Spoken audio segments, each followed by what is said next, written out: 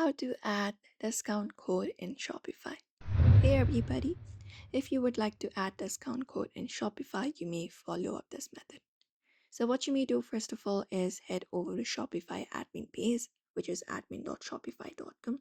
And once you are there, you may log in into your account and access the page right here on your screen. Now once you go ahead and access it, you should be finding this page right here. So what you may do is you may navigate towards the discount section. For that, look out for the menu at the top and open it up. And once you open it up, within the menu, locate up the option called discounts, tap on it. And once you tap on it, you will be taken to the discounts section. So here we have this option of create discount, or we will be finding this option called create discount. Tap on it first. And when you go ahead and tap on it, here we will be finding different option. You can select the amount of products or free shipping or etc. Let's head over the amount of products for this one right here and click on it and open up the space.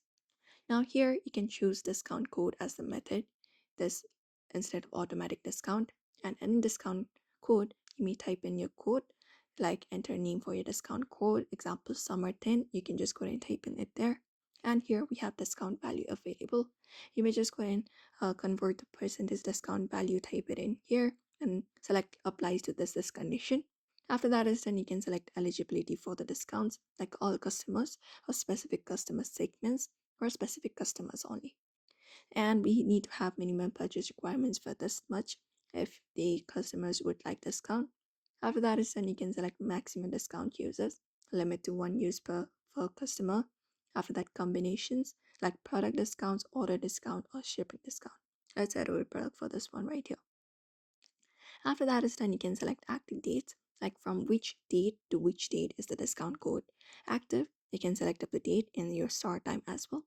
After that is done, you can even set up end date, and you can select your sales channel access, allow discount to be featured on selected channels. After that is done, once you complete up this form right here, you can just go ahead and tap on save discount.